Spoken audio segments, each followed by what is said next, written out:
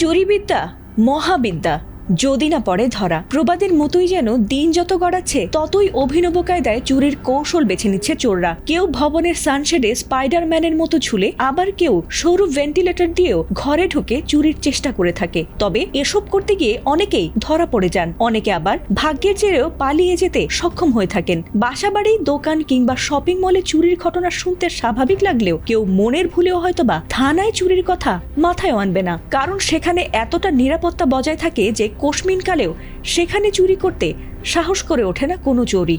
তবে এবার এমন এক অদ্ভুত কাণ্ড ঘটেছে যাতে হতবাক হয়েছেন অনেকেই।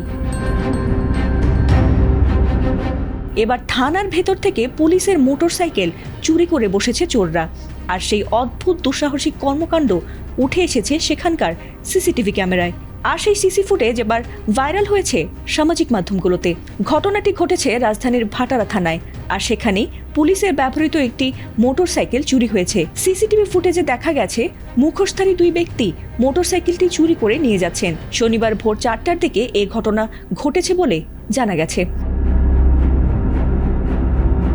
সিসি ফুটেজে দেখা গেছে মুখোশ পরে দুই চোর শুরুতে থানার গেটের সামনে ঘোরাফেরা করছিলেন। এরপর তাদের মধ্য থেকে একজন থানার ভেতরে ঢুকে মোটরসাইকেলের তালা ভাঙেন, আর আরেকজন থানার বাইরে পাহারা দেন। এরপর দুজন মিলে বাইকটি ঠেলে থানা এলাকা থেকে বের করে নিয়ে যান। থানা পুলিশ সূত্রে জানা গেছে ইয়ামাহা কোম্পানির FZS ভার্সন 2 মডেলের কালো রঙের মোটরসাইকেলটি ভাটারা থানার সহকারী উপপরিদর্শক মোহাম্মদ ফিরোজের ছিল। আর সেই মোটরসাইকেলটি থানার উত্তর গেটের ভেতর পানির ট্যাঙ্কের পাশে তালাবদ্ধ অবস্থায় ছিল। ভোরের দিকে দুই ব্যক্তি সেই তালা ভেঙে মোটরসাইকেলটি নিয়ে পালিয়ে গেছেন। এছাড়াও সেটির GPS ট্র্যাকারটিও খুলে ফেলায় এখনও শনাক্ত করা যায়নি মোটরসাইকেলটির অবস্থান।